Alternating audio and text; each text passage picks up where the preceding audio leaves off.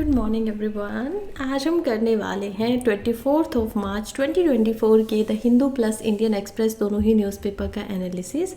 दोनों ही न्यूज़पेपर में हम बहुत सारे कॉमन आर्टिकल्स को पाएंगे और कॉमन आर्टिकल्स जो होंगे उनको हम केवल एक ही न्यूज़पेपर से करेंगे जिसमें भी वो ज़्यादा डिटेल से दिए गए होंगे।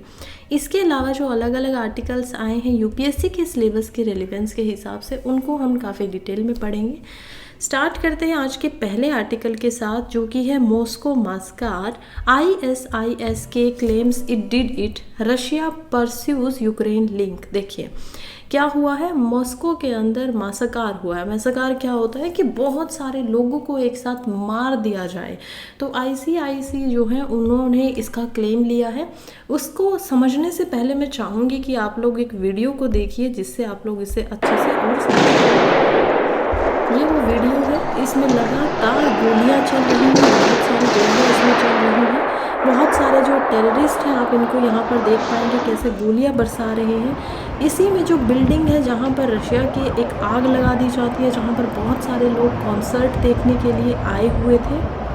और ये पूरे के पूरे दृश्य हैं इस पूरी घटना के। लोग जो है अपने जीवन बचाने के लिए कैसे सीटों के पीछे छुप रहे हैं जहाँ पर वो कॉन्सर्ट के लिए बैठे हुए थे।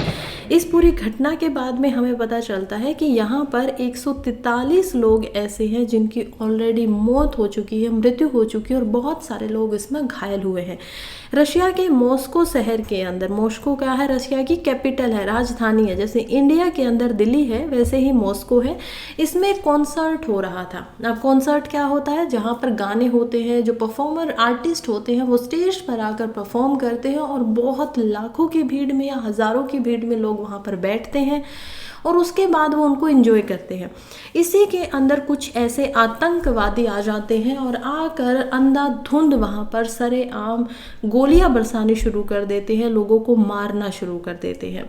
ये सब होकर भी जब इनका मन नहीं भरता है तो जैसे आपने वीडियो में देखा वहीं की बिल्डिंग में जहाँ ये कॉन्सर्ट हो रहा था उसके अंदर आग लगा दी जाती है और बहुत सारे लोग उस पर फंस कर मर जाते हैं, जिसमें से कुछ लोग या कुछ जो थे वो बच्चे भी थे। हम देख पाएंगे कि रशिया के जो अभी नए चुने हुए प्रेसिडेंट है, दोबारा से जो राष्ट्रपति वहाँ के बन चुके हैं मिस्टर व्लादिमीर पुतिन, वो कहते हैं कि इसमें यूक्रेन का भी कुछ न कुछ लिंक है। हालांकि अफ़गानिस्तान के जो ISIS है उन्होंने क्लेम किया है कि वो इसके पीछे थे। उन्होंने इसकी वीडियो को रिलीज़ किया है, घटनाओं की वीडियो को, और US के द्वारा, अमेरिका के द्वारा इसको वेरीफाई भी कर दिया गया है कि हाँ इस घटना के पीछे जो लोग थे वो यही थे।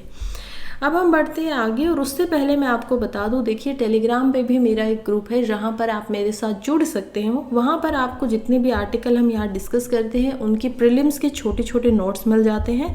इसके अलावा जो वीडियो आप सामने देख रहे हैं चलते हुए उसका भी जो PPT है वो आपको PDF फॉर्म में मिल जाता है, सो दैट आप उसको रिवाइज कर सकते हो, देख सकते हो, समझ सकते हो। इसका जो लिंक होगा वो आपको कमेंट बॉक्स के अंदर पहली ही आपकी जो कमेंट है उसके अंदर मिल जाएगा, वहाँ से आप इसको ज्वाइन कर सकते हो। आगे बढ़ते हैं। अगेन हम देखते हैं Kerala move supreme court as president withhold assent for 4 bills. देखिए केरला जो गवर्नमेंट है वो सुप्रीम कोर्ट के अंदर चली गई है 2 इंसानों के प्रति। पहले जो है केरला के खुद के गवर्नर हैं, दूसरे हम देखते हैं कि हमारे देश के राष्ट्रपति प्रेसिडेंट द्रौपदी मुर्मू जी हैं। केरला की गवर्नमेंट का बोलना है कि उन्होंने कुछ 4 ऐसे बिल थे जिनको पास किया। उन बिल को पास करने के लिए आपको पता है स्टेट लेजिस्लेचर को क्या करना पड़ता है। अगर स्टेट लेजिस्लेचर के अंदर स्टेट असेंबली है तो असेंबली उसको पास करेगी, फिर उसको भेजेगी काउंसिल के पास में। काउंसिल जब उसको पास कर देगी दोनों हाउस, तब वो उसको भेजेंगे गवर्नर के पास में कि गवर्नर या तो उसको रिजेक्ट कर दे, गवर्नर या तो उसको अपना साइन जो है वो दे दे या फिर उसको रिटर्न कर दे। अब मान लीजिए गवर्नमेंट ने उसको रिटर्न कर दिया है तो अब क्या करेगी, असेंबली फिर से उस पर चर्चा करेगी, काउंसिल फिर से उसको पास करेंगी, फिर से वो गवर्नर के पास भेजेंगे और अब गवर्नर को उसको पास करना ही पड़ेगा। इससे पहले गवर्नर एक और काम कर सकते हैं कि वो जो बिल है वो उस पर कुछ भी प्रतिक्रिया किए बिना उसको प्रेसिडेंट के लिए रिजर्व कर सकते हैं। मतलब क्या इसमें देखिए गवर्नर के पास ये काम होता है कि वो उनको लगता है कोई भी चीज़ अगर राष्ट्र के हित में गलत हो सकती है या कॉन्स्टिट्यूशन के हिसाब से ठीक उनको नहीं लगती है, संविधान के हिसाब से, उसको वो प्रेसिडेंट के लिए रिजर्व कर लेते हैं कि इसका जो एसेंट होगा, इस पे जो चर्चा की जाएगी वो की जाएगी प्रेसिडेंट के द्वारा। यही किया गया हमारे जो केरला के गवर्नर हैं उनके द्वारा। और केरला के गवर्नर को, क्योंकि उन्होंने बहुत ज़्यादा समय ले लिया है इस चीज़ के ऊपर, इसको करने में उन्होंने लगभग 24 महीने का समय लिया। 24 महीने तक उन्होंने अपने पास उस बिल को रखा और 24 महीने के बाद में जब केरला गवर्नमेंट उनको लेकर हाई कोर्ट में जाती है तो उनको हाई कोर्ट की पछाड़ के बाद में उनको भेजा जाता है यहाँ पर प्रेसिडेंट के पास में। प्रेसिडेंट ने क्या किया कि ये जो चारों बिल थे इनको विदहोल्ड कर दिया, यानी कि रिजेक्ट कर दिया एक तरीके से। वो बोलती हैं कि ये उनको ठीक नहीं लग रहा है, इसी वजह से वो उसको रिजेक्ट कर रही हैं। हालांकि क्यों रिजेक्ट किया गया इसका कोई कारण भी नहीं बताया गया है केरला गवर्नमेंट को। इसी वजह से जो केरला गवर्नमेंट है वो थोड़ा सा यहाँ पर हताश है, नाराज है। वो सुप्रीम कोर्ट में जाती है और बोलती है कि ये तो जो फेडरलिज्म का कंसेप्ट है यहाँ पर कि पावर को आपको सेपरेट करके बांट देना है, उसका सरेआम हनन हो रहा है। तो ये बात की जाती है। ये कहते हैं कि आर्टिकल 14 जो कि बराबरी का, समानता का अधिकार देता है सभी स्टेट्स को, इंडिविजुअल्स को, उसको तोड़ा गया है। इसके अलावा संविधान का जो आर्टिकल 200 है उसको भी यहाँ पर तोड़ा गया है। साथ में 201 के साथ भी छेड़छाड़ हुई है। चलिए इसको थोड़ा और डिटेल में समझते हैं कि प्रेसिडेंट के पास क्या क्या पावर हैं कॉन्स्टिट्यूशन के हिसाब से और वो क्या क्या कर सकते हैं। कॉन्स्टिट्यूशनल प्रोविजन की बात करूं अगर प्रेसिडेंट से रिलेटेड, तो उनके पास होते हैं, देखिए आर्टिकल 54 जिसमें इलेक्शन ऑफ प्रेसिडेंट की बात होती है, जिसमें जो आपके एमपीज होंगे, मेंबर ऑफ पार्लियामेंट होंगे, plus member of legislative assembly यानी एमएलए होंगे, ये सब पार्टिसिपेट करते हैं। हालांकि इसमें से जो नॉमिनेटेड मेंबर होते हैं वो इसमें पार्टिसिपेट नहीं करते। क्यों नहीं करते? क्योंकि उनको प्रेसिडेंट के द्वारा ही नॉमिनेट किया गया है, तो इसी वजह से उनका पार्टिसिपेशन इसमें नहीं होता है। और इनके वोटों के आधार पे अब यहाँ पर एक वोट नहीं मानी जाती है। एमपी जो होंगे उसके कॉन्स्टिट्यूएंसी के अंदर जितने भी लोग हैं उनको यहाँ पर रखा जाता है, जितनी पॉपुलेशन है मल्टीप्लाई की जाती है 1000 के साथ में, और उसकी एक वोट की वैल्यू यहाँ पर सामने आती है। तो इसका जो इलेक्शन का प्रोसेस है वो इनडायरेक्ट इलेक्शन का प्रोसेस होता है। फिर हम चलते हैं आर्टिकल 55 की तरफ, जो कि मैनर ऑफ इलेक्शन को बताता है कि प्रेसिडेंट का इलेक्शन होगा कैसे। आर्टिकल 56 जो है संविधान का, वो बात करता है टर्म ऑफ ऑफिस की प्रेसिडेंट की, कि वो 5 साल के लिए यहाँ पर प्रेसिडेंट रहेंगे। इसके बाद हम देखते हैं आर्टिकल 57 को, जो कि प्रेसिडेंट किन हिसाब में दोबारा से री इलेक्शन कर सकते हैं, अगर वो चाहे तो दोबारा से इलेक्शन में लड़ सकते हैं, तो ये बताता है आर्टिकल 57। आर्टिकल 58 जो है वो बताता है कि प्रेसिडेंट बनने के लिए क्या क्या क्वालिफिकेशन आपके पास होनी चाहिए। आपकी एज जो है वो 35 ईयर से प्लस होनी चाहिए। आपकी जो क्वालिफिकेशन, आपको इंडियन होना बहुत ज़रूरी है। तो ये कुछ ऐसे क्वालिफिकेशंस हैं जो यहाँ पर इसमें बताई गई हैं। इसके अलावा अब हम देखते हैं कि ठीक है, मान लीजिए कोई प्रेसिडेंट ऑलरेडी बन चुका है। अब प्रेसिडेंट बनने के पास उनके पास क्या क्या पावर्स, उन्होंने कैसे इस पावर पे यहाँ पर काम किया। पहले हम देखते हैं कि इनके पास एडमिनिस्ट्रेटिव पावर होती है, प्रेसिडेंट के पास कुछ फाइनेंशियल पावर होती है, प्रेसिडेंट के पास इमरजेंसी पावर होती है, मिलिट्री पावर होती है, डिप्लोमेटिक पावर होती है और साथ ही में जुडिशरी पावर भी होती है। क्योंकि आपको ये सुनकर अटपटा लग सकता है कि प्रेसिडेंट के पास जुडिशरी पावर कैसे है, प्रेसिडेंट के पास फाइनेंशियल पावर कैसे हैं, मिलिट्री तक की पावर है। तो चलिए ज़रा समझते हैं कि प्रेसिडेंट की एक एक पावर के अंदर उनको क्या क्या पावर मिले हुए हैं। पहली हम देखते हैं लेजिस्लेटिव पावर, यानी कि कानून बनाने की जो पावर होती है प्रेसिडेंट के पास, विधायिका की जो पालन है, चलिए उसको देखते हैं। सबसे पहले तो देखिए वो कोई भी जो हाउस है पार्लियामेंट का, देखिए राज्यसभा क्या होता है, कॉन्टिन्यूइंग चैम्बर है। आप राज्यसभा को कभी भी खत्म नहीं कर सकते। 6 साल तक जो भी एमपी बनते हैं राज्यसभा में वो वहां पर सर्व करते हैं, और हर दूसरे साल के अंदर 1/3 जो राज्यसभा के मेंबर हैं वो रिटायर हो जाते हैं, क्योंकि उनकी जो टर्म है वो खत्म हो जाती है। पहली बार जब इस सिस्टम को शुरू किया गया था तो लॉटरी से किया गया था कि कुछ एमपी ऐसे बने थे जो राज्यसभा में 2 साल में रिटायर होंगे, फिर कुछ ऐसे थे जो 4 में होंगे, और कुछ ऐसे थे जो पूरे के पूरे 6 साल के लिए वहां पर रहने वाले थे। लॉटरी के बाद से अब ये सिस्टम लगातार ऐसे ही चल रहा है तो राज्यसभा कभी भी खत्म नहीं होता है। लेकिन लोकसभा क्या होता है, लोकसभा की टर्म होती है 5 साल की, 5 साल एक्चुअली गवर्नमेंट की टर्म होती है। लोकसभा अगर गवर्नमेंट 2 साल में ही जो वोट ऑफ कॉन्फिडेंस है वो हो जाता है और गवर्नमेंट गिर जाती है तो लोकसभा उसी समय पे खत्म हो जाती है। तो लोकसभा के अंदर हम देखते हैं कि यहाँ पर 552 मेंबर होते हैं, यानी कि इतना ही को रख सकते हो आप। फिलहाल के लिए 543 ऐसे मेंबर हैं जिनके लिए अब 2024 में भी इलेक्शन किया जाएगा। हम देखते हैं कि इसके अलावा इनका काम होता है कि जो लोकसभा डिसॉल्व होगी वो प्रेसिडेंट करवा सकते हैं। ये नॉमिनेट करते हैं 12 मेंबर्स को राज्यसभा के अंदर और 2 ऐसे मेंबर हैं एंग्लो इंडियन कम्युनिटी के जिनको लोकसभा के अंदर इनके द्वारा नॉमिनेट किया जाता था। अब ये एंग्लो जो इंडियन कम्युनिटी है इनका नॉमिनेशन खत्म हो गया है 2021-22 से, लेकिन पहले इनको नॉमिनेट किया जाता था। कुछ बिल ऐसे होते हैं जिनको प्रेजेंट करने के लिए ही इनकी परमिशन पहले ही लेनी होती है। देखिए हमने क्या प्रोसेस समझा था पीछे कि मान लीजिए आपको किसी बिल को एक्ट में बदलना है, आप क्या करेंगे, लोकसभा में उसको इंट्रोड्यूस किया गया है। एग्जाम्पल राज्यसभा में भी हो सकता है, किसी भी एक हाउस में हो सकता है, हम लोकसभा से एग्जाम्पल ले रहे हैं। लोकसभा में उसको इंट्रोड्यूस किया तो लोकसभा में पहले वहां पर वोटिंग होगी। अब ये वोटिंग जो होगी वो डिपेंड करेगी कि बिल है कौन सा, अमेंडमेंट का बिल है आर्टिकल 368 के तहत में, या फिर ये बिल जो है ऑर्डिनरी बिल की कैटेगरी में आता है। अगर ये साधारण बिलों में आता है तो वोटिंग जो होगी वो क्या होगी, सिंपल मेजोरिटी होगी, यानी कि आपको जितने लोग वहां पर प्रेजेंट हैं उनमें से 50+1 ने अगर वोट कर दिया तो ये बिल अब पास मान लिया जाएगा। फिर ये बिल जाएगा राज्यसभा के पास में, राज्यसभा में भी ऐसे ही वोटिंग होगी और वहां से भी पास हो जाता है तो बिल जाएगा प्रेसिडेंट के पास में। अब प्रेसिडेंट के पास 3 चुनाव करने की यहाँ पर क्षमताएं हैं, वो क्या कर सकते हैं, गवर्नर के पास 4 थी, यहाँ पर प्रेसिडेंट के पास 3 होती हैं। जहाँ पर प्रेसिडेंट या तो उसको एक्सेप्ट कर सकते हैं बिल को, या फिर उस बिल को विदहोल्ड कर सकते हैं, यानी कि बिल्कुल ही ख़त्म किया जा सकता है, रिजेक्ट किया जा सकता है, या फिर उस बिल को रिटर्न किया जा सकता है। तो ये 3 होती है प्रेसिडेंट के पास पावर। इसके अलावा हम देखते हैं कि ये जो पावर्स का प्रेसिडेंट इस्तेमाल करते हैं, अनलिमिटेड टाइम तक वो अपने पास भी रख सकते हैं उस बिल को, जिसको हम पॉकेट वीटो भी बोलते हैं, कि वो भूल सकते हैं, उसके पास टाइम ऐसा लगाया नहीं गया है कि वो कब तक अपने पास बिल को रखेंगे। तो ये सारी ऐसी चीज़ें हैं जो प्रेसिडेंट कर सकते हैं। लेकिन कुछ बिल ऐसे हैं जिनको लोकसभा या राज्यसभा में प्रस्तुत करने से पहले ही उनकी परमिशन चाहिए होती है, जैसे कि money bill, financial bill, bill जो कि टैक्सेशन से रिलेटेड हो, स्टेट का इंटरेस्ट हो, स्टेट बिल जिसके अंदर फ्रीडम ऑफ ट्रेड के ऊपर कोई रिस्ट्रिक्शन लगा दी गई हो, तो अगर स्टेट की लेजिस्लेटिव असेंबली के अंदर भी उनको इंट्रोड्यूस किया जाएगा तो पहले प्रेसिडेंट की पावर या परमिशन जो है वो उससे लेनी पड़ेगी।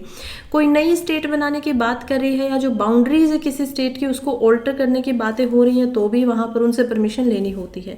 ये जो भी report CAG, UPSC, finance commission, commission of backward classes, specific office for SC and ST या फिर ऑडिटर जनरल, ये जितनी भी रिपोर्ट आती है एनुअल लेवल पे हर साल इनको प्रस्तुत किया जाता है, दिया जाता है, वो प्रेसिडेंट ही होते हैं जो पार्लियामेंट के सामने उनको रखते हैं कि ये सारा काम इस साल में हुआ है। प्रेसिडेंट के पास ये भी पावर होती है कि वो अपने एसेंट को या तो दे सकते हैं या फिर बिल के ऊपर नहीं दे सकते। अगर वो बिल को एक्सेप्ट नहीं करेंगे तो वो बिल कभी भी एक्ट नहीं बनेगा, वो वहीं पे ख़त्म हो जाता है। ये होती हैं सारे के सारे लेजिस्लेटिव पावर्स। इसके अलावा वो ऑर्डिनेंस निकाल सकते हैं। मान लीजिए कि लोकसभा जो है वो अभी ख़त्म हो चुकी है, डिसॉल्व हो चुकी है, क्योंकि लोकसभा नहीं है तो किसी बिल को एक्ट बनने के लिए दोनों जो हाउस है, लोकसभा और राज्यसभा, उन दोनों से परमिशन चाहिए होगी। इसी वजह से यहाँ पर लोकसभा नहीं है तो यहाँ पर क्या होता है, प्रेसिडेंट जो होते हैं वो ऑर्डिनेंस निकालते हैं। अब ये जो ऑर्डिनेंस है इनकी लाइफ होती है, कभी कभी 90 डेज की हो सकती है, कभी कभी 6 महीने की होती है, फिर इनको दोबारा से आपको पास करवाना होता है किसी भी ऑर्डिनेंस को 6 महीने के अंदर ही। तो ये होती है ऑर्डिनेंस जो प्रेसिडेंट के द्वारा दी जाती है। एग्जीक्यूटिव पावर में वो अपॉइंट कर सकते हैं किसी भी कमीशन को इन्वेस्टिगेट करने के लिए कि कंडीशन क्या है SC, ST एंड OBCs की। वो डायरेक्टली एडमिनिस्टर कर सकते हैं यूनियन टेरिटरीज को, एडमिनिस्ट्रेटर जो भी उन्होंने अपॉइंट किए गए हैं। यूटी में आपको पता होता है कि लेफ्टिनेंट गवर्नर जो होते हैं वो वहाँ पर अपॉइंट किए जाते हैं। उसके अलावा वहाँ पर असेंबलीज ना होकर क्या होती है, एडमिनिस्ट्रेटर होते हैं जो वहाँ पर काम संभालते हैं। तो ये पूरा उनका जो अपॉइंटमेंट किया जाता है वो प्रेसिडेंट के द्वारा ही किया जाता है। इनके पास सभी एग्जीक्यूटिव जो भी काम होंगे, जो भी कार्य किया जाता है, कार्यपालिका होती है ना एग्जीक्यूटिव, तो वो सारे के सारे कार्य यहाँ पर इन्हीं के नाम से होते हैं। एग्जीक्यूटिव और अगर आपको लेजिस्लेटिव में फ़र्क समझना है तो लेजिस्लेटिव होते हैं सारे के सारे एमपीज़ जो कानून बनाते हैं, और एग्जीक्यूटिव होता है गवर्नमेंट जो बनी हुई है प्रेजेंट की, फ़िलहाल में उसी के council of minister, prime minister हम इसमें रखेंगे। और साथ ही में इसमें आप प्रेसिडेंट जो होंगे वो लास्ट में इनके नाम पे सब कुछ हो रहा है तो रख सकते हो। तो ये होता है एग्जीक्यूटिव। इनका काम होता है किसी बिल को बनाना, कोई काम करना, और उसी के ऊपर कानून बनाने से पहले सभी जो एमपीज होंगे वो लेजिस्लेटिव की तरह काम करते हैं। तो ये काफ़ी आसान परिभाषा है चीज़ों को समझने के लिए।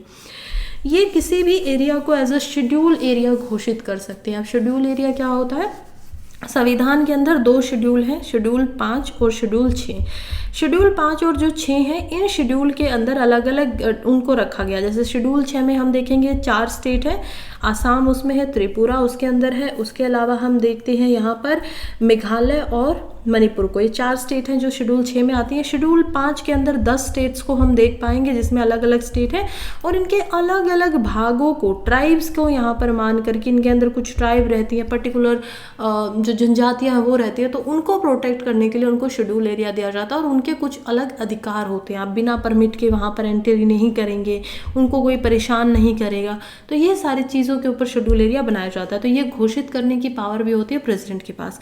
इनकी जो जुडिशियल पावर है, प्रेसिडेंट किसी को भी चीफ जस्टिस ऑफ इंडिया जो अपॉइंटमेंट किया जाता है वो किया जाता है प्रेसिडेंट के पास में। इसके अलावा प्रेसिडेंट जजों को डिसमिस भी कर सकते हैं अगर जो दोनों हाउस है पार्लियामेंट के वो रेजोल्यूशन को पास कर देते हैं जिसके अंदर 2/3 मेंबर जो हैं वो प्रेजेंट भी हैं और मेजोरिटी के साथ भी हैं। 2/3 जो मेंबर यहाँ पर प्रेजेंट है और मेजोरिटी है उसको बोला जाता है यहाँ पर स्पेशल मेजोरिटी। एक होती है आपकी इफेक्टिव मेजोरिटी। इफेक्टिव मेजोरिटी में क्या होगा कि जितने लोग हैं, जितनी टोटल स्ट्रेंथ होती है हाउस की, और उसमें से जब 2/3 यहाँ पर वोट करते हैं, वो अगर 2/3 आ जाता है तो उसको इफेक्टिव मेजोरिटी कहते हैं। कहीं कहीं पर कॉन्स्टिट्यूशन में इफेक्टिव मेजोरिटी लगता है, कहीं कहीं पे स्पेशल मेजोरिटी लगता है, कहीं कहीं पे सिंपल मेजोरिटी से काम हो जाता है। तो ये सब डिफरेंस आपके प्रीलिम्स के लिए इंपॉर्टेंट हो जाते हैं क्योंकि ऐसे सवाल वहाँ पर पूछ लिए जाते हैं। प्रेसिडेंट के पास पार्डन ग्रांट करने का अधिकार होता है। इसी के अलावा प्रेसिडेंट के पास ये भी अधिकार होता है कि वो कभी भी सुप्रीम कोर्ट से कोई भी सलाह ले सकते हैं अगर उनको किसी चीज़ के ऊपर कोई सलाह लेने की ज़रूरत हो तो ये भी उनका एक अधिकार है। अपॉइंटमेंट पावर की बात करें तो ये अटर्नी जनरल जो इंडिया के हैं उनको अपॉइंट करते हैं, comptroller and auditor general of India को अपॉइंट करते हैं, चीफ इलेक्शन कमिश्नर और जो 2 अलग इलेक्शन कमिश्नर्स हैं उनका अपॉइंटमेंट प्रेसिडेंट के द्वारा किया जाता है। चेयरमैन एंड जो मेंबर्स होते हैं यूपीएससी के उनका अपॉइंटमेंट प्रेसिडेंट करते हैं। जो गवर्नर हैं स्टेट के उनका अपॉइंटमेंट और chairman and member of finance commission, इन सब का जो अपॉइंटमेंट होता है वो किया जाता है यहाँ पर प्रेसिडेंट के द्वारा। प्रेसिडेंट जो है वो कमीशंस बिठा सकते हैं। देखिए अब ये क्या होते हैं कि इन्वेस्टिगेट करना है जो कंडीशंस चल रही हैं देश में, शेड्यूल ट्राइब्स जो होती हैं, इसके अलावा शेड्यूल कास्ट है, ओबीसीज है, अदर बैकवर्ड कास्ट हैं, तो उन सब का यहाँ पर इन्वेस्टिगेशन करने के लिए कमीशन बिठाया जा सकता है। प्रेसिडेंट जो है वो एम्बेसडर्स की भी क्रेडेंशियल उनको मिलते हैं, हाई कमिश्नर जो अदर कंट्रीज़ के हैं, तो वो सारी की सारी इन्फॉर्मेशन इनके पास होती है।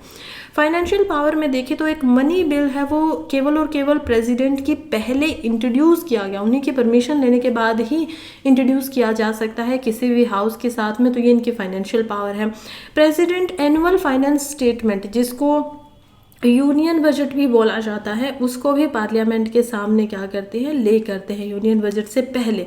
देखिए एनुअल फाइनेंस जो स्टेटमेंट होती है, बजट होता है, एक होता है इकोनॉमिक सर्वे हम इसको बोल सकते हैं, तो ये जो पिछले साल का होता है ये होता है एनुअल फाइनेंशियल स्टेटमेंट, यानी कि 2023-2024 के लिए जो था, अगर वो 1 मार्च से पहले यहाँ पर 1 फरवरी से पहले रखा गया तो वो क्या हो जाता है, वो हो जाता है एनुअल फाइनेंशियल स्टेटमेंट कि पहले क्या हुआ, और फिर रखा आता है बजट। बजट क्या होता है अगले साल के लिए 2024-2025 के लिए। तो ये काम देखिए, बजट जो होता है उसको ले किया जाता है फाइनेंस मिनिस्टर के द्वारा, और यहाँ पर जो एनुअल फाइनेंशियल स्टेटमेंट होती है या फिर इकोनॉमिक सर्वे होता है उसको ले डाउन किया जाता है प्रेसिडेंट के द्वारा। तो ये एडवांस आउट ले सकते हैं प्रेसिडेंट अगर चाहे तो। मान लीजिए इमरजेंसी आ गई है, कॉन्टीजेंसी फंड ऑफ इंडिया है जिसके अंदर हमेशा 500 करोड़ रुपए जो होते हैं वो होते हैं कि इमरजेंसी के टाइम में अनफोर्सिन एक्सपेंसेस में हम इसको लेंगे, तो प्रेसिडेंट उसको बाहर निकलवा सकते हैं।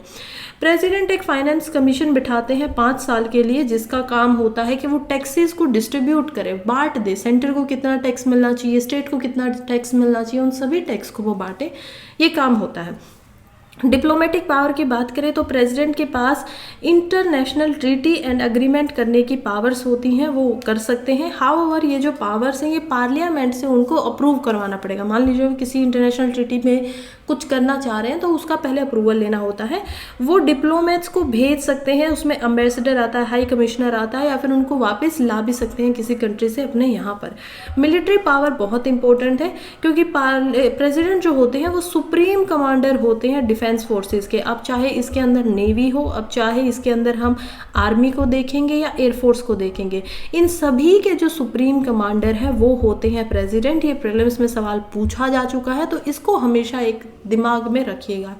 ये वॉर डिक्लेयर, जब किसी के साथ अगर युद्ध करना है डिक्लेयर, तो वो कौन करता है, यहाँ पर प्रेसिडेंट ही करते हैं। या फिर शांति जब करनी होती है तो उसका अप्रूवल जब पार्लियामेंट से हो जाए तो वो भी प्रेसिडेंट के द्वारा ही होता है।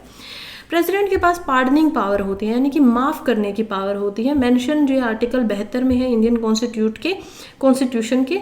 और प्रेसिडेंट के पास इतनी शक्तियां होती हैं कि वो पार्डन्स को ग्रांट कर सके। पनिशमेंट अगर जो है वो यूनियन लॉ के अगेंस्ट की गई है तो उसमें वो कर सकते हैं पनिशमेंट। मान लीजिए एक जो मिलिट्री को कोर्ट के द्वारा दी गई है उसमें भी वो कर सकते हैं उनको माफ़, और डेथ की जो होती है उसको भी वो माफ़ कर सकते हैं। इमरजेंसी की पावर होती है प्रेसिडेंट के पास। प्रेसिडेंट चाहे तो 3 तरह की इमरजेंसीज यहाँ पर घोषित की जा सकती है। नेशनल इमरजेंसी होती है, स्टेट होती है, फाइनेंशियल होती है। नेशनल इमरजेंसी आती है आर्टिकल 352 के अंदर। हम देखते हैं कि स्टेट जो इमरजेंसी होती है वो आती है आर्टिकल 356 के अंतर्गत, और जो फाइनेंशियल इमरजेंसी है वो आती है आर्टिकल 360 में। अच्छी बात यह है कि भारत में आज तक एक बार भी फाइनेंशियल जो आपकी इमरजेंसी है वो नहीं लगी है। नेशनल इमरजेंसी हमारी 2-3 बार लग चुकी है। पाकिस्तान चाइना से जब हमारे युद्ध हुए थे तब हमने लगाया था। और स्टेट इमरजेंसी तो बहुत ज़्यादा बार लग चुकी है, 300 से ज़्यादा बार हम देखेंगे कि स्टेट इमरजेंसीज का इस्तेमाल हो चुका है। जो यहाँ पर ख़त्म करना होता है किसी भी ऑर्डिनेंस को वो बहुत ईजिली हो सकता है। प्रेसिडेंट जब चाहे आकर बोल दे तो ऑर्डिनेंस ख़त्म हो जाती है, इमरजेंसी ख़त्म हो जाती है। लेकिन इसको बनाने का जब इस्तेमाल किया जाता है तो वो किया जाता है 123 के तहत, यानी आर्टिकल 123 बताता है कि कौन सी यहाँ पर ऑर्डिनेंस लगी है किसी इमरजेंसी के लिए। अब हम देखते हैं टाइप ऑफ बिल क्या होते हैं और क्या गवर्नर के पास इतनी शक्तियां थी कि वो प्रेसिडेंट के लिए इन सारे काम को कर सके। तो देखिए, कुछ होते हैं ऑर्डिनरी बिल, कुछ होते हैं मनी बिल, कुछ होते हैं फाइनेंशियल बिल और कुछ होते हैं constitutional amendment bill. Ordinary bill के अंदर कोई भी मैटर हो जो फाइनेंशियल सब्जेक्ट से कोई जिसका नाता नहीं है, रिश्ता नहीं है, वो सब साधारण बिल मान लिए जाते हैं। मनी बिल होते हैं जिसमें फाइनेंशियल मैटर के ऊपर बात होती है, जैसे कि टैक्सेशन, टैक्स जो होता है, पब्लिक एक्सपेंडिचर, पब्लिक के ऊपर क्या क्या खर्च आ रहा है, regulation of borrowing money by union government ने, सेंट्रल गवर्नमेंट ने कहाँ से कितना पैसा बोरो किया है, उधार में लिया है, उसके रेगुलेशन के ऊपर कोई बिल है, या फिर consolidated and contingency fund of India. तो आपको पता होगा कि इंडिया के अंदर 2 टाइप के फंड होते हैं गवर्नमेंट के पास। एक होता है कंसोलिडेटेड फंड, दूसरा होता है कॉन्टीजेंसी फंड। कंसोलिडेटेड फंड वो होता है जिसमें हमारा सारा टैक्स सब कुछ यहाँ पर आता है और उसी से सारे खर्चे जो है वो किए जाते हैं, बाहर निकाले जाते हैं। कंटीजेंसी फंड होता है इमरजेंसी का फंड जिसको संभालते हैं फाइनेंस सेक्रेटरी, और इनसे आप बिना परमिशन लिए हुए यहाँ से इसमें से कोई भी पैसा नहीं निकाल सकते हो। तो इसमें हमने 500 करोड़ रुपए को रखा हुआ है कि जब भी हमें जरूरत पड़ेगी तो हम इससे फंड को ले लेंगे। हालांकि जब भी जरूरत पूरी हो जाती है तो वापस से इसमें फंड को डाल दिया जाता है और ये हमेशा 500 करोड़ ही रहता है। अभी तक अगर कुछ अमेंडमेंट होगी इसकी लिमिट बढ़ा दी जाए तो अलग बात है। फाइनेंशियल बिल की बात करें तो फाइनेंशियल मैटर पे होंगे, लेकिन ये मनी बिल से थोड़े अलग होते हैं। कैसे? देखिए, फाइनेंशियल बिल जो होते हैं वो 2 कैटेगरीज में बटे होते हैं। एक होता है फाइनेंशियल बिल 1, दूसरे होते हैं फाइनेंशियल बिल 2। 2.1 के अंदर यहाँ पर आते हैं जिसमें बोरोइंग उधार ली गई है लेकिन उससे डील नहीं किया जा रहा है एक्सक्लूसिवली। मान लीजिए यूनियन गवर्नमेंट ने 5,000 करोड़ रुपए कहीं से ले लिए, 5,000 करोड़ रुपए उन्होंने जो लिए हैं एशियन डेवलपमेंट बैंक से ले लिए हैं, लेकिन अब ये जो लिए हैं इनके ऊपर कोई सिर्फ इन्हीं के लिए काम नहीं किया जा रहा, तो वो होगा फाइनेंशियल बिल 1 के अंदर। दूसरे में हम देखेंगे कि फाइनेंशियल बिल 2 जो है उसमें ऐसे प्रोविजन होते हैं जिसके अंदर कंसोलिडेटेड फंड ऑफ इंडिया से जो खर्च हुआ है वो इन्वॉल्व होगा, लेकिन मनी बिल में जो खर्च होता है, मान लीजिए टैक्स किसी से लिया है तो वो तो खर्च हुआ ही नहीं वैसे भी, तो उसको नहीं इंक्लूड किया जाएगा। पब्लिक एक्सपेंडिचर क्योंकि वो मनी बिल में पहले ही हो चुका है तो भी इसको भी इंक्लूड नहीं किया जाएगा। यूनियन गवर्नमेंट ने बाहर से कुछ पैसा लिया उसको नहीं किया जाएगा, और कंटीजेंसी फंड से कुछ पैसा लिया है उसको भी यहाँ पर गिना नहीं जाएगा। इसके अलावा अगर कोई और खर्च आया है तो उसको जरूर यहाँ पर काउंट किया जाएगा। टाइप ऑफ बिल की बात करें तो हम देखेंगे आर्टिकल्स यहाँ पर हैं, जैसे ऑर्डिनरी बिल में 107, 108 आर्टिकल आता है, उसमें मनी बिल यहाँ पर 110 आर्टिकल के तहत इंट्रोड्यूस होता है, financial bill 117, financial bill 2 117 close 3, and constitutional amendment जो बिल होता है उसका हमेशा एक ही आर्टिकल होता है, आर्टिकल 368। अब देखिए इनमें प्रेसिडेंट का रोल क्या है। ऑर्डिनरी बिल को वो रिजेक्ट कर सकते हैं, अप्रूव कर सकते हैं, रिटर्न कर सकते हैं। मनी बिल को वो रिजेक्ट कर सकते हैं या अप्रूव कर सकते हैं, रिटर्न नहीं कर सकते हैं पार्लियामेंट, क्योंकि इस पर पुनर्विचार किया जाए वो यहाँ पर शक्ति नहीं दी गई है। देखते हैं फाइनेंशियल बिल 2 में रिजेक्ट हो सकता है, अप्रूव हो सकता है। फाइनेंशियल बिल में फिर से रिजेक्ट, अप्रूव, रिटर्न तीनों हो सकते हैं, और कॉन्स्टिट्यूशनल अमेंडमेंट बिल जो होते हैं उसमें आपको अप्रूव ही करना पड़ेगा, ना आप रिजेक्ट कर सकते हो ना ही उसको रिटर्न कर सकते हो। फिर जो आर्टिकल 201 की यहाँ पर बात हो रही है कि इंडियन कॉन्स्टिट्यूशनल जो केरला गवर्नमेंट यहाँ पर बार बार इल्ज़ाम लगा रही है, उसमें दिया गया है कि गवर्नर के पास ये शक्ति होती है कि वो कंसिडरेशन के लिए, प्रेसिडेंट के कंसिडरेशन के लिए यहाँ पर इसको रख सकते हैं। आर्टिकल 201 की बात करें तो यहाँ पर 201 का मतलब है कि बिल को रिजर्व किया जा सकता है प्रेसिडेंट के लिए, और आर्टिकल 200 बोल रहा है कि वो वहाँ पर गवर्नर जो होते हैं इसको रिटर्न भी कर सकते हैं या फिर रिकंसिडरेशन के लिए हाउसेस को दे सकते हैं। खैर इस पे सुप्रीम कोर्ट का इसमें क्या बयान आएगा हम आगे आने वाले न्यूज़पेपर्स में उसको पढ़ेंगे। फिलहाल के लिए आगे बढ़ते हैं। नेक्स्ट आर्टिकल है जो कि है winter season legs bite in Munnar as frost give hill station and miss for the first time in 20 years. देखिए मन्नार की जो खाड़ी है वो एक्चुअली के अंदर हम देखते हैं केरला के अंदर है, इडुक्की डिस्ट्रिक्ट में, और पहली बार 20 साल में ऐसा हुआ है कि वहाँ पर कोई भी मिस्ट नहीं हुई है। मिस्ट क्या होता है, धुंध जो होती है आपकी, और इस समय पे वहाँ पर नहीं हो रही है।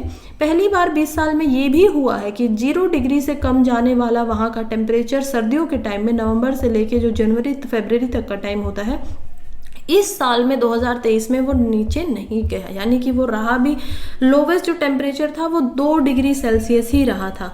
तो इससे जो वहाँ के टी बनाने वाले लोग हैं, जो टी प्लांटेशन करते हैं, चाय की खेती वहाँ पर बहुत होती है, उनको इससे फ़ायदा हुआ है, लेकिन टूरिज़्म को जो वहाँ पर आते हैं लोग घूमने के लिए, उससे इसको नुकसान होगा। तो ये एक चिंता की बात है, क्लाइमेट चेंज हो रहा है, हमें पता चल रहा है। United planter association of south India T research, उनके द्वारा ये मन्नार शो के बारे में इसमें बताया गया है कि कैसे 18 और 19 जनवरी को केवल 2 डिग्री सेल्सियस सबसे कम टेम्परेचर यहाँ पे हुआ था, जो कि बहुत ही एक चिंता का विषय है क्लाइमेट चेंज को ध्यान में रखते हुए। नेक्स्ट आर्टिकल की तरफ बढ़ते हैं जो कि है मॉडल सजेस्ट यूपर icy crust is at least 20 kilometre thick. देखिए साइंटिस्ट ने एक आईसी क्रस्ट जो है जुपिटर का हम पाते हैं, उसका जो मून है यूरोपा, उसका बताया है कि उसका जो क्रस्ट है, क्रस्ट क्या होता है, मान लीजिए ये हमारी अर्थ है, अर्थ के ऊपर, अर्थ को हम अलग अलग भागों में बांटते हैं। अर्थ का जो क्रस्ट है, यानी कि ये जो सरफेस होता है अर्थ का, वो होता है यहाँ पर 30 से 70 किलोमीटर तक का, कि वो 30 किलोमीटर अगर ओशन है, समुद्र है, तो वो 30 किलोमीटर का ही है क्योंकि बीच में पानी आ गया है। अगर पहाड़ है कहीं पे माउंटेन में तो वो 70 किलोमीटर तक भी है। उसके नीचे होता है मेंटल, उसके नीचे हम देख पाएंगे कोर को। तो इस तरीके से हम पृथ्वी को बांट पाते हैं। इसी तरीके से हमारे ब्रह्मांड में और भी ऐसे मून्स होते हैं जो उन सबको ऐसे ही फिजियोग्राफिकली बांटा जाता है। और हम देखते हैं कि ऐसे ही जुपिटर का जो एक मून है यूरोपा नाम से, उसको बांटते हुए उसके ऊपर जो आइस है, बर्फ जमी हुई है, तो ये अंदाज़ा लगाया जा रहा है कि वो 20 किलोमीटर की चौड़ाई तक जमी हुई है। वर्टिकली वो 20 किलोमीटर की जो हाइट होती है, इस प्रकार से वो इस तरीके से जमी हुई है।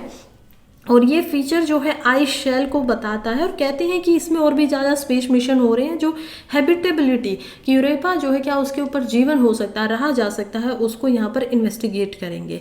तो सिलेक्टेड मून्स को हम देखते हैं सोलर सिस्टम में अर्थ के स्केल पर। अर्थ हमारी इतनी बड़ी है, अर्थ का जो होता है वो मून एक ही मून है अर्थ के पास में। मार्स के पास 2 मून होते हैं, अर्थ के कंपेयर में बहुत छोटे छोटे हैं। एक पॉइंट्स की तरह आप देखेंगे, एक होता है फोबस, दूसरा होता है डियोमस। जुपिटर के पास में 4 यहाँ पर मून्स मिलेंगे आपको। पहला है लू, दूसरा है यूरोपा जिसकी यहाँ पर बात हो रही है, तीसरा जो कि उससे बड़े होते हैं वो होता है गैनामिड, और चौथा हम देखेंगे कैलिस्तो। तो ये 4 चांद होते हैं जुपिटर के पास में। सैटर्न जिसको कि हिंदी में शनि के नाम से भी जाना जाता है, वो उसका हमारे सोलर सिस्टम के अंदर उसके पास सबसे ज़्यादा मून है। हम देखेंगे पहला मून जो कि है मिमास, दूसरा जो कि एनक्लूडस, तीस यहाँ पर तीसी जो इंडिया यहाँ पर अर्थ पे भी बना था उसी के नाम पे तीसरे मून का यहाँ पर नाम रखा गया है। डियोना चौथा मून है, रिया पांचवा है, टाइटन यहाँ पर छठा मून है जो कि काफ़ी बड़ा है और सबसे बड़ा मून यहाँ पर है सैटर्न का। उसके बाद हम देखते हैं कि 7th जो मून है वो है हाइपोरियन, 8th है लेपिटस और 9th है फ्यूब। तो ये जो है फ्यूबी भी आप इसको बोल सकते हैं। 9 मून के साथ सबसे ज़्यादा मून जो होते हैं सोलर सिस्टम में हमारे सैटर्न के पास होते हैं।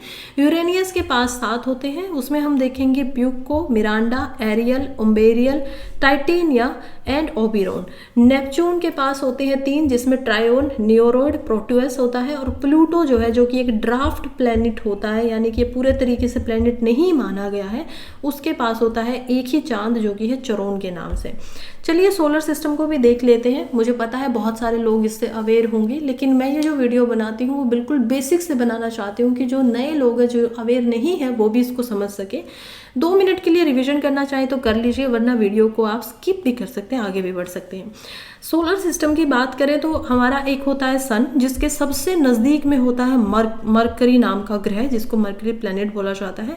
उसके बाद में होता है वीनस, और उसके बाद में 3rd नंबर पे आती है अर्थ। अब वीनस और जो अर्थ होते हैं इनको ट्विन प्लैनेट भी बोला जाता है, ट्विन सिस्टर्स भी बोला जाता है, क्योंकि ये दोनों ही प्लैनेट जो होते हैं वो काफ़ी एक दूसरे से मिलते हुए आप देख पाएंगे। इनकी जो हाइट और जो वेरिएशन है वो भी एक दूसरे से बहुत ज़्यादा मिल रहा है। यहाँ पर एटमॉस्फेयर जो होता है, मरकरी के पास कोई एटमॉस्फेयर नहीं है, अर्थ का एटमॉस्फेयर काफ़ी होता है, लेकिन वीनस का जो एटमॉस्फेयर है वो काफ़ी डेंस है। क्योंकि एटमॉस्फेयर कैसे बनता है, सोलर सन से जो हवाएं निकलती है, विंड्स निकलती है, उसकी वजह से एटमॉस्फेयर में चेंज आते हैं।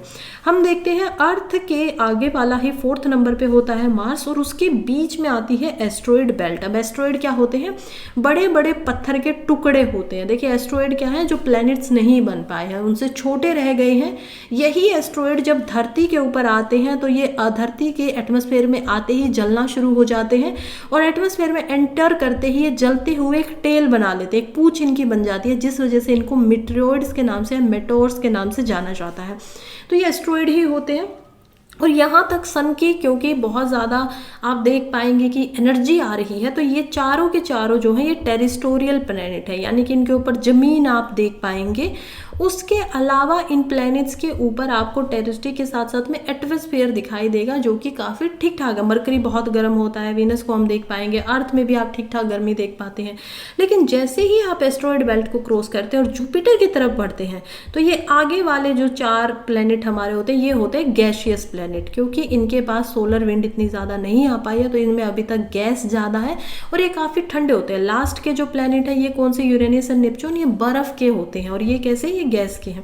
हम देखते हैं जुपिटर को जो कि हमारे प्लैनेट सिस्टम के अंदर सबसे बड़ा प्लैनेट है। फिर आता है सैटर्न जिसके आसपास में आप बहुत सारी रिंग्स को देख पाते हैं। माना जाता है क्योंकि इसके पास बहुत सारे मून्स हैं, तो शायद इसी वजह से ये रिंग जो है वो हमें दिखाई देती है कि ऐसे ऐसे घूमता रहता है गैसेस की वजह से। कॉमेट्स को आप यहाँ पर देख पाएंगे, एक होता है सीरियस जो कि अगेन एक छोटा सा ड्वार्फ प्लैनेट की तरह ही है। फिर हम चलते हैं यूरेनियस के पास में, और लास्ट हमारा है नेपच्यून प्लैनेट। इसी के बाद आती है कुपियर बेल्ट ऑब्जेक्ट जो कि छोटे छोटे एस्ट्रॉइड की तरह ही एक अलग तरीके के यहाँ पर हम देख पाएंगे इनसे टूटे हुए बर्फ़। यहाँ पर आप मानेंगे इसको कि बहुत ठंडा होता है, आइसी पार्टिकल्स ही होते हैं यहाँ पर। इसी में आयरस एक अलग जो छोटा ग्रह है, बहुत छोटा, इनको ग्रहों की कैटेगरी में नहीं रखा गया है एक्चुअली में, ये जस्ट छोटे हैं। यहाँ पर कॉरस के अंदर मिलते हैं। प्लूटो को हम यहाँ पर देख पाएंगे, एरिस को देख पाएंगे। ये होता है हमारा पूरा का पूरा सोलर सिस्टम या फिर तारामंडल जिसे हम बोलते हैं। अब हम चलते हैं नेक्स्ट पे, जो कि अगेन जो हमने पीछे मून्स की बात की उसी को कि अर्थ कितना बड़ा है, वीनस उसके कंपेयर में हम देख पाएंगे। फिर मार्स जो है वो तो और बहुत छोटा हो जाता है। गैनामाइड जो कि यहाँ पर आपका एक मून है, फिर हम उसको देख पाएंगे, टाइटन के मून को जो कि मार्स के दोनों मून है। फिर मरकरी को देख पाएंगे, कैलिस्टो, ये फिर से मून आ जाते हैं। फिर हमारा जो चांद है वो कितना छोटा है, तो देखिए कैसे जो जुपिटर के चांद है उससे हमारा चांद काफ़ी छोटा है। यूरोपा और प्लूटो जो कि ड्वार्फ प्लेनेट है, ड्वार्फ यानी कि वो इतना बड़ा नहीं है साइज में कि उसको प्लेनेट की उपाधि दी जाए, तो इसी वजह से 2006 में उसको क्या किया गया, इंटरनेशनल जो एस्ट्रोनॉमिकल यूनिट है उन्होंने उसको ड्वार्फ प्लेनेट बना दिया गया। और ये है कुछ सिलेक्टेड मून्स अलग से, फिर से मैं इसको थोड़ा बड़ा करके दिखा रही हूँ। साइज में आप इसको फिर से देख सकते हैं, ऑलरेडी हम इसको पढ़ चुके हैं, तो आगे बढ़ते हैं। Last article, second last article पे हम पहुंच गए हैं, जो कि है dispersal out of Africa may be occurred during arid period. देखिए पहले ये माना जाता था कि अफ्रीका से जो हम लोग निकले हैं होमोसेपियंस, बहुत साल पहले ही, होमो इरेक्टस के टाइम पे ही 1 लाख साल पहले ही अफ्रीका से बाहर निकले और सभी के सभी अलग अलग दिशाओं में जाकर बस गए। अलग अलग दिशाओं में गए तो ग्रीनरी वहाँ पर थी। और अब जो एक नई रिसर्च है उससे ये पता चल रहा है कि एक बार क्या होता है, टोबा सुपर वोल्केनिक एरप्शन हुआ था इंडोनेशिया के समय में। वहाँ पर उस समय पे हमें कुछ पत्थर मिले, कुछ आर्टिफैक्ट्स मिले हैं, और उससे ये पता चला है कि यहाँ पर कुछ लोग रहते थे, क्योंकि वो जो पत्थर बनाए गए थे वो उस ज्वालामुखी से निकले हुए पत्थरों से ही बनाए गए थे, निर्माण उनका उन्हीं से किया गया था। तो इसी वजह से ये माना जा रहा है कि वो वहाँ से निकले हैं। और जो कंडीशन है वो पहले ही एरिड कंडीशन, सूखे की वजह से अफ्रीका में ज़्यादा गर्मी हो रही थी, तो वो लोग अपने लिए सस्टेन करने के लिए बाहर गए थे।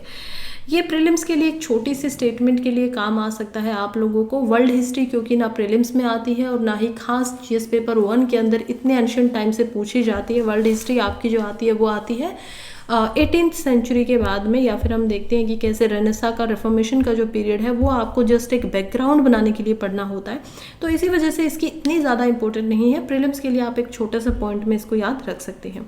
नेक्स्ट आर्टिकल की तरफ बढ़ते हैं, जो कि है why DGCA form on new rest rules for pilots. देखिए पायलट्स के लिए डीसीसीए ने नए रूल्स बनाए हैं, जिन रूल्स के अकॉर्डिंग क्या किया गया था कि 1 जून तक सभी जो एयरलाइंस हैं उनको इन रूल्स के बारे में मानना होगा।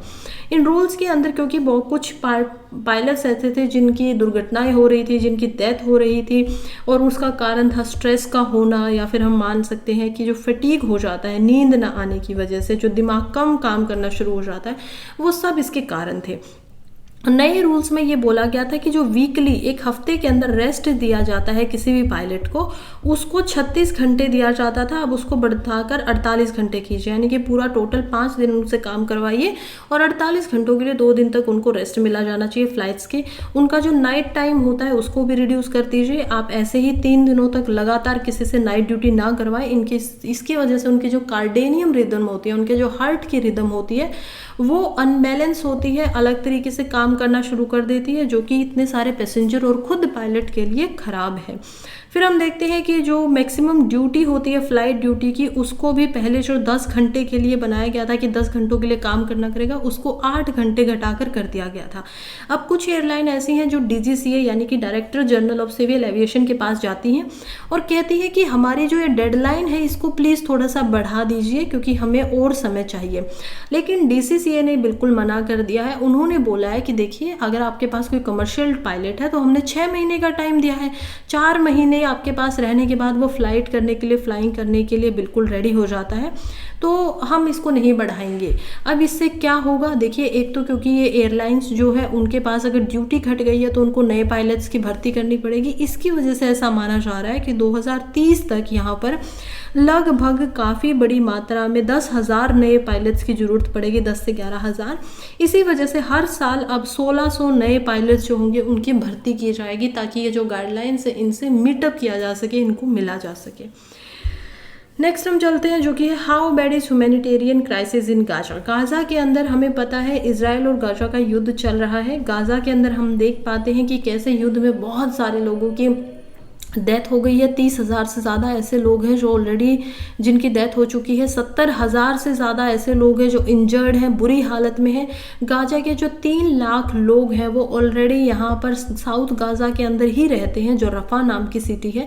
अब उसके ऊपर भी हमला किया जा रहा है, तो ये एक बहुत बड़ा चिंता का विषय है। यूनाइटेड नेशंस जो है उन्होंने एक रिपोर्ट निकाली और बोली है कि गाजा जो है वो वर्ल्ड का largest open air graveyard है, यानी कि जो वर्ल्ड का सबसे खुला हुआ ओपन एयर जो ग्रेवयार्ड होता है, शमशान जो होता है, वो सबसे बड़ा ये बन चुका है, क्योंकि इतने लोगों की यहाँ पर मौत हो गई है। इतना भयानक तरीके से 6 महीने इस युद्ध को चलते हुए हुआ है और इसके रिजल्ट जो है वो काफ़ी भयानक आए हैं। वर्ल्ड वॉर सेकेंड के बाद में अगर हम इसको देखें तो इतना बड़ा युद्ध के पैमाने पर अगर किसी की डेथ की गई है तो WHO का भी बोलना है कि गाजा के अंदर बहुत सारे फेमाइन की कंडीशन हो गई है। फेमाइन क्या होता है? अकाल। अकाल का मतलब होता है कि जब लोगों को खाना मिलना बंद हो जाता है। तो अब ऐसा हो रहा है कि अकाल जो है वो यहाँ पर गाजा में पड़ रहा है। बच्चे जो पहले 0.8% ही ऐसे थे जो भूखे मरते थे या जिनके अंदर माल न्यूट्रिशन था, कुपोषण था, उनकी संख्या यहाँ पर 30% तक बढ़ गई है। अकाल को देखिए, जब भी घोषित करना पड़ता है तो उसके लिए 3 कैटेगरीज होती हैं। फेमाइन को घोषित करने के लिए 3 चीज़ों का 3 पैरामीटर्स पर मिलना जरूरी है। पहला हो रहा है कि मौत कितने लोगों की हो रही है। दूसरा हो रहा है कि चिल्ड्रन के अंदर स्टारवेशन कितनी है, भूखमरी कितनी है यहाँ पर। और तीसरा हम देख पाएंगे कि यहाँ पर बोला जाता है कि जो बच्चे हैं उनका यहाँ पर कितना रिफ्यूजीज बन रहा है, लोग कितने ज़्यादा स्टारवेशन के लेवल में बढ़ोतरी कितनी आ रही है, भूखमरी के लेवल में। तो इन 3 जब ये पूरी की पूरी शर्तें पूरी हो जाती है तो वहाँ पर अकाल घोषित कर दिया जाता है। इजराइल को समझाने की बहुत कोशिशें की जा रही है कि आप ऐसा ना कीजिए, लेकिन इजराइल के जो प्राइम मिनिस्टर हैं बेंजामिन नेतन्याहू वो बिल्कुल भी इस बात पर राजी नहीं हो रहे हैं। यूएसए से भी वो भिड़ रहे हैं। इवन चाइना और रशिया ने, हमने कल देखा कैसे रेजोल्यूशन जो पास किया जा रहा था सीज फायर के लिए, वो पास नहीं होने दिया, वीटो कर दिया था। इन सब कंडीशन के अंदर गाजा के अंदर बहुत बड़ा ह्यूमैनिटेरियन क्राइसिस खड़ा है फिलहाल के लिए। आगे का सोल्यूशन क्या हो, देखिए सोल्यूशन क्या होगा तो ऐसा तो कुछ दिखाई दे नहीं रहा है। एटॉर्नी जो ब्लिंकन है, गाजा के यूएस के सेक्रेटरी ऑफ स्टेट है, उनका बोलना है कि गाजा की जो पॉपुलेशन है वो severe level of acute food insecurity से जूझ रही है। उनके पास खाना ही नहीं है, खाने की सुरक्षा ही उनके पास नहीं है। तो एक बहुत ही बड़ा मानवता के ऊपर, मानववाद के ऊपर ये एक क्राइसिस को हम देख पाएंगे। संघर्ष वहाँ के लोग पूरी तरीके से कर रहे हैं। लेकिन इजराइल का बोलना है कि जब तक वो हमास को कंप्लीटली ख़त्म नहीं कर देता तब तक वो नहीं रुकेगा। और हमास का बोलना है कि देखिए, अगर वो हम उनके जो भी होस्टेज हमारे पास बचे हुए हैं उनको वापस भेज देंगे, अगर वो वहाँ पे एक जो लीडर है, इनके प्रिजनर हैं जिनको जेल में रखा गया है, जो कि है मारवान बरगोती नाम से, अगर उनको छोड़ देंगे तो 20 साल से वो जेल के अंदर है। इजराइल का बोलना है कि वो टेम्परेरी वॉर को रोक सकते हैं। अगर उनके होस्टेज मिलते हैं तो वो परमानेंट तो नहीं करेंगे, लेकिन कुछ समय के लिए युद्ध को रोक देंगे। उनके जितने भी लोग बंदी हैं उनको वापस भेज दिया जाए। हमास इस पे राजी है नहीं। तो दोनों ही साइड किसी भी कॉमन ग्राउंड पे नहीं पहुंच पा रही है और वेपन्स जो है उनको यूएस की तरफ से मिल रहे हैं। इसी वजह से अभी जो ये वॉर है और लंबा खिंच सकता है। खैर, यहीं पे आज हमारे दोनों न्यूज़पेपर ख़त्म हो जाते हैं। Thank you so much for being here, जो भी अभी तक यहाँ पर जुड़ा हुआ है मेरे साथ। अभी के लिए चलती हूँ, कल फिर से मिलेंगे। तब तक के लिए पढ़ते रहिए, आगे बढ़ते रहिए। All the very best.